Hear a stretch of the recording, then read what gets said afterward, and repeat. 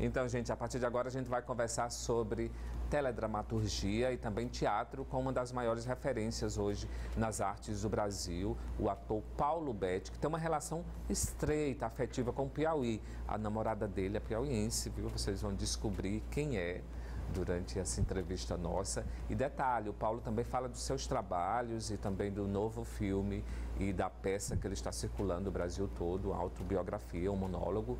E a gente vai acompanhar aqui tudo com vocês. Acompanhe com a gente.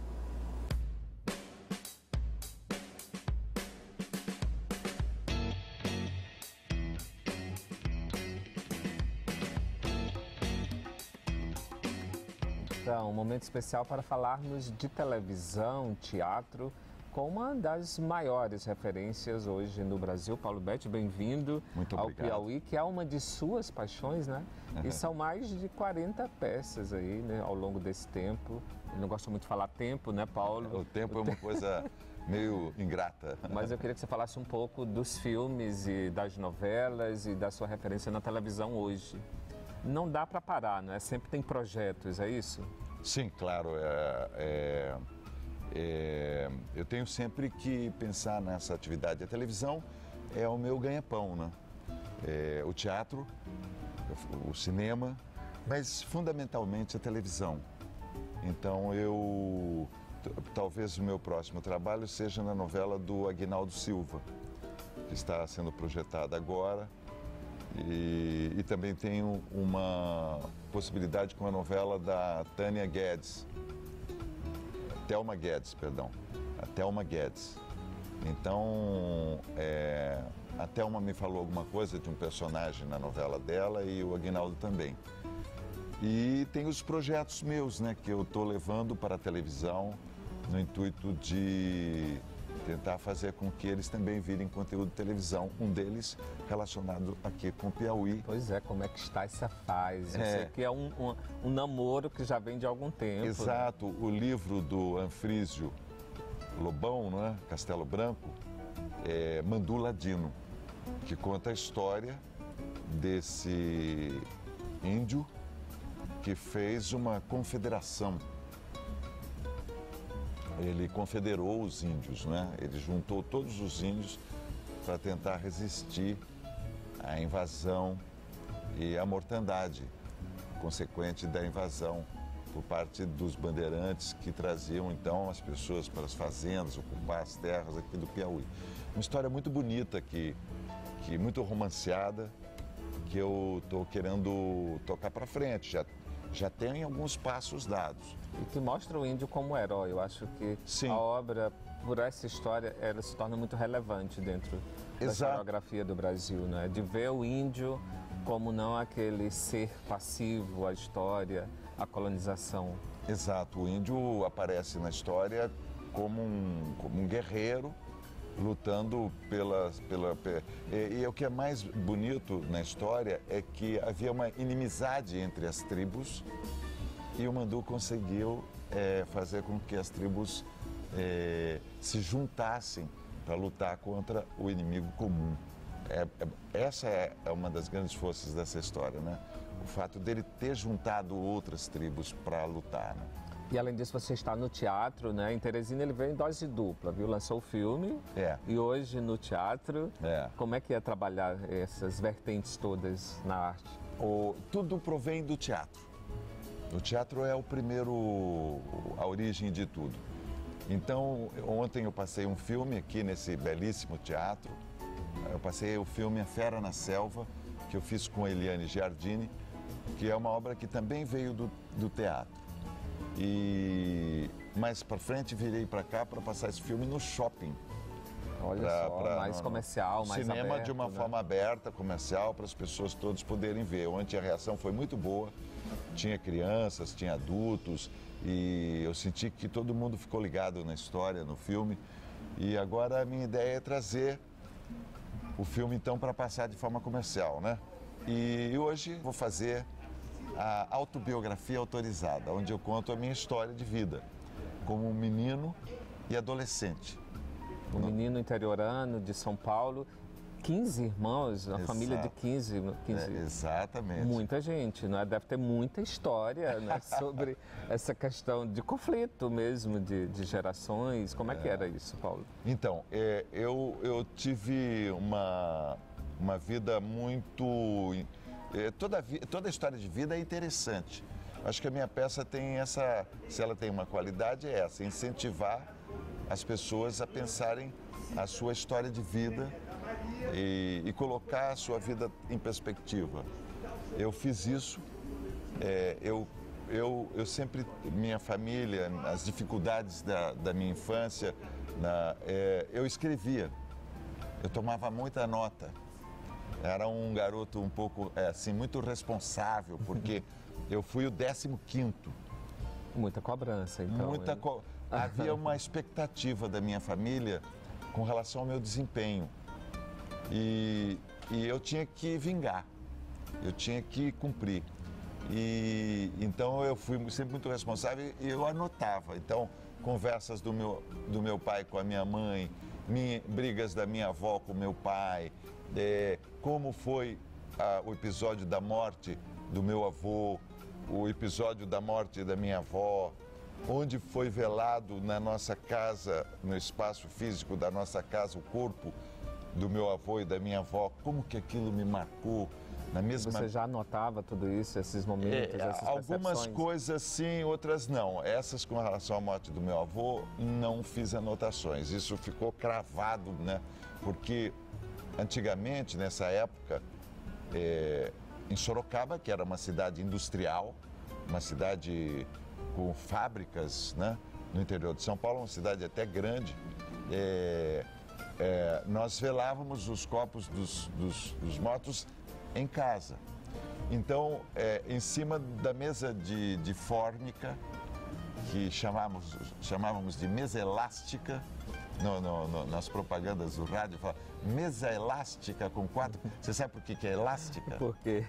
Não sei. Não, é porque ela abre assim, você puxa e enfia uma parte no meio, ela aumenta. Nada por isso, então. Ela é elástica porque ela aumenta de tamanho, né? Coloca uma faixa no meio assim, a mesa é um design muito interessante. Então, a mesa elástica de fórmica, onde nós velamos o corpo da minha avó, o corpo do meu avô, e os amigos jogávamos botão, futebol de botão. Então, esse tipo de memória e com poesia, com humor, que eu falo na peça. Minha irmã, Cida, gêmea da Maria, foi trabalhar no Hospital Santo Antônio, doutor Antinho. Quem conseguiu o emprego foi o tio Toninho, abençoado tio Toninho, que nos mostrou o caminho para sair da roça, para ele viver na cidade. Era um homem bruto, mas muito bem humorado. Ele chamava a minha tia Josefa de Capivara. Capivara! Vamos fazer almoço, Capivara! Ou então, quando eu achava que ela estava fofocando, de Gazeta, a água está fervendo no fogo, Gazeta. Já vai, Toninho, já vai. Com a sobrinha, ela arrancava, ela tinha as pernas tortas. Eu acho que não enfaixaram ela direito. Então, a peça, ela me deu essa consciência da perspectiva do que significou a história da saída da roça para a cidade, a transição do ambiente rural para o ambiente da cidade, de uma metrópole, onde vivia nas bordas, num quilombo. Porque a minha infância, dos 3 anos até os 20 anos, quando eu saí para ir para a Escola de Arte Dramática na Universidade de São Paulo, foi num quilombo. E o que me interessa muito também é que eu perceber, do ponto de vista social, como a nossa sociedade é difícil de romper as barreiras sociais.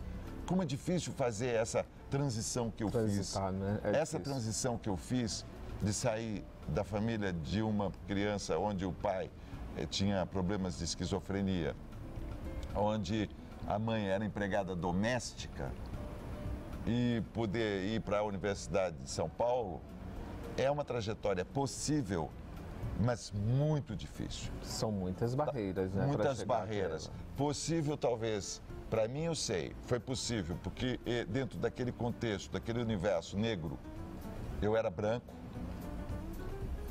porque eu tive, como minha mãe era empregada doméstica, ela conseguiu me colocar, até talvez porque a patroa queria que eu fosse para fora, né? Não ficasse em casa perturbando o trabalho da minha mãe. Então eu fui para uma boa escola pública primária, né? Fiz um pré-primário, que na época era um luxo, o pré-primário, quase uma creche, num lugar criado para os professores. Era um curso especial, experimental para os professores daquela escola. Então eu estava numa elite e ali foi assim. Então eu fiz o pré-primário, primário em escolas públicas boas, depois eu fiz um ginásio industrial que me deu muitas ferramentas para entender a vida, né? Eu passava o dia inteiro na escola, não tem outra alternativa. Então, a saída é a educação. Essa autobiografia acaba sendo superação total. Pode ser visto dessa maneira. Meu filho brinca comigo, papai, você fez essa peça para mostrar que você... não foi para mostrar nada, foi uma vontade que eu tive de contar a minha história de uma forma mais ordenada. E aí eu percebi que é uma história, naturalmente, de superação de adversidades. É mesmo. Paulo, você também é conhecido por ser um ser político, né? De certa forma, usar o seu trabalho, o seu nome para dar voz aos oprimidos em algumas situações. O seu trabalho também, ele, ao longo dessa história política, com o PT, e como é que você vê esse momento político brasileiro na atualidade, onde as esquerdas e direitas estão em conflitos, enfim. Como é que você traduz esse momento, levando-se em conta toda a sua história nesse sentido? Olha, eu estou acompanhando com muita atenção os movimentos políticos. Eu estou particularmente emocionado e chocado com o assassinato brutal da vereadora na qual votei, a Marielle, no Rio de Janeiro. Eu acompanhava com bastante interesse o desenvolvimento da liderança que ela era. Eu estou chocado com as reações. Parece que as pessoas perderam o senso. Muito ódio, né? Muito ódio, inclusive condenando-a. Ela tendo sido a vítima de um assassinato brutal, ela e o motorista, né? Os dois foram. Algumas pessoas condenando-a, dizendo que ela andava com bandidos, que ela defendia bandidos. Acho que vivemos um momento muito difícil, muito estranho, onde é muito perigoso. Perigoso, eu digo, não sabemos que rumo que vai tomar, porque estamos em um ano eleitoral decisivo. Um ano eleitoral decisivo e nós temos que tomar muito cuidado. Eu estou observando com muito interesse todos os movimentos. Eu estou emitindo poucas opiniões objetivas com relação à questão eleitoral. Eu acho que existe uma justiça seletiva, no sentido de que ela elegeu punir apenas uma parcela dos políticos. Não vejo uma perspectiva de punição, para ser bem claro, para os políticos do PSDB. São protelados as condenações ou as averiguações e depois elas prescrevem e eles, me parece que estão sendo excluídos desse movimento, né? Ao mesmo tempo, esse processo de punir os colarinhos brancos, de termos pessoas, empresários presos, é uma perspectiva. Já é um avanço, né? É um avanço. Político, agora, quando você tem um governador preso, você tem... Então, talvez isso cause alguma alguma preocupação àqueles que estão querendo transgredir, não é? Roubar ou ser corruptos. Então, eu vejo com estranheza essa seletividade, mas eu acho positivo que os culpados estejam sendo punidos. Paulo, eu sei que você tem que trabalhar, a entrevista poderia ser muito mais longa, são muitas coisas, muitas perguntas, você é um personagem interessante da arte brasileira, mas para finalizar eu quero que você fale da sua relação com o Piauí, um abraço para a Dadá, eu sei que você esteve em Floriano com ela, e como é que está essa questão de vocês dois, como é descobrir o Piauí? De diversas maneiras o Piauí está presente, só para relembrar, a primeira vez que eu vim ao Piauí, eu fui enviado para cá com uma missão pelo Betinho, o Herbert de Souza, o sociólogo Betinho, da Fome Zero, me mandou para cá junto com o Alfredo do IBASE. O Betinho tinha o Instituto Brasileiro de Análises Sociais e Econômicas, que era o IBASE, existe até hoje. E o Betinho queria criar aqui em Teresina, num terreno, num edifício da igreja, que ia ser doado pela igreja, com o apoio da ONU, olha, uma escola de audiovisual. Porque eles julgavam que Teresina ficava equidistante das capitais do Nordeste. Dos centros maiores. E ela podia ser muito útil para que aqui, então, formássemos o movimento organizado aprendesse a utilizar a ferramenta do audiovisual. Os índios pudessem aprender a fazer vídeos, os movimentos sociais. Era para ser uma escola de formação de audiovisual.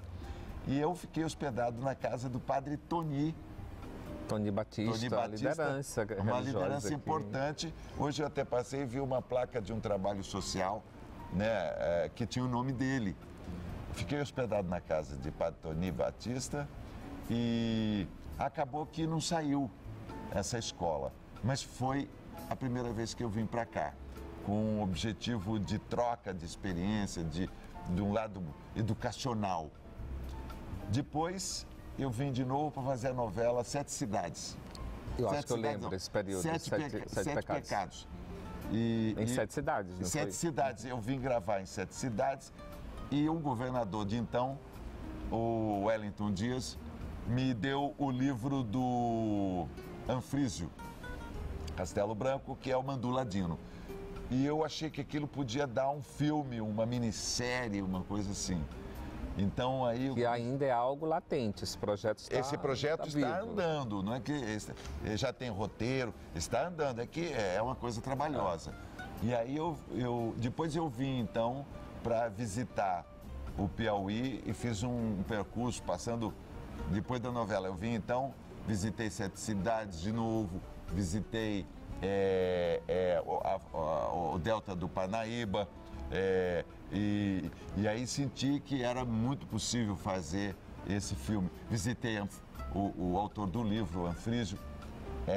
Aí, então, depois eu vim com Dadá. Dadá Coelho, grande humorista, viu? Maravilhosa. É uma maravilhosa atriz, né? Não sei se você chegou a ver a peça dela. Eu vi a peça dela, Corta, né? Corta, é uma peça que está rodando no Brasil, acho que vai vir em setembro para Teresina. Para Teresina. E está excelente, está no Teatro do Shopping da Gávea, no Rio de Janeiro, com grande sucesso. Hoje e amanhã fazem as 2 últimas apresentações. E a Dadá tem sido, nesses últimos 3 anos, minha companheira. E ela é divertidíssima, muito inteligente, muito culta. E aí então eu vim para o Festival de Cinema, a Mostra de Cinema dos Sertões. E foi muito bacana conhecer a terra da Dadá, Floriano, né? Linda cidade, né? Linda cidade, com o rio e o pôr do sol. E o festival também, tem um teatro muito bonito lá.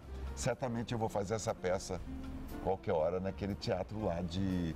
Acho que é Maria Bethânia... Não, Maria Jorge Amado. Jorge Amado. Teatro Jorge Amado. Então é isso. Eu estou transpirando Piauiensidade, né? Piauiensidade. Paulo, bem-vindo então. A gente vai acompanhar um pouco do seu trabalho no teatro.